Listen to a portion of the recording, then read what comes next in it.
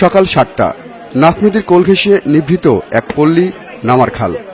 নাফ নদী পেরিয়ে এই গ্রামে আশ্রয় নিচ্ছেন মিয়ানমারের নির্যাতিত রোহিঙ্গারা।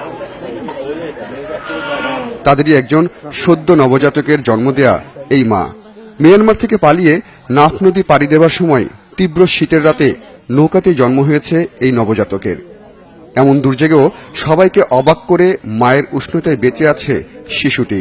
হাতে একটি রুটি নিয়ে বসেছিলেন সেই মা। মায়ে হন 7 জন ফুয়ান বিয়ার দেহে ফুয়া বিয়ার দেহে আর ইন হালি 7 জন মারি ফেলে মরি দিয়ে পুরা দিয়ে ফেলাই দি গসতি পেটে বাচ্চা ছিল। তার সাথে আসা সবার একটাই কথা, অমানবিক নির্যাতনের মুখে ভাগ্যই তাদের নাফ নদী দিয়ে ভাসিয়ে এনেছে।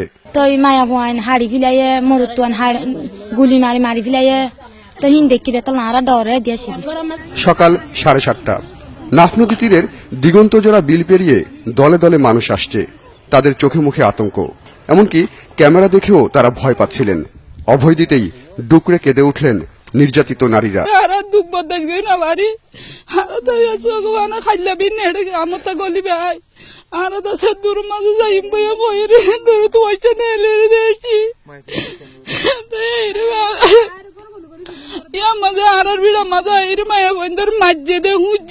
লাথি মারি মারি হুঁজে দে তার পাশে কল খাইছে লাথি মারিয়ে দে জুলুম করছে দে উগ্র মাইয়া পর খাসে 5 জন 3 জন 2 জন লবজন গিয়ে ফরান যার গিয়ে বেরিয়ানদের জুলুম করে তারা বদাস করি না পারি আরা দেশের আর বদল দিয়া বসে দে আরা ফরান হারাই বলা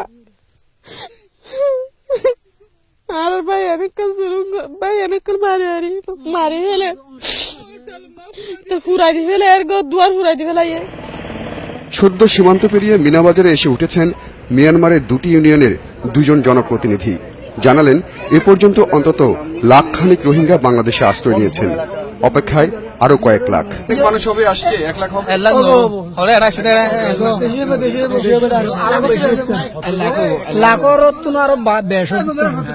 একই বক্তব্য স্থানীয়দেরও।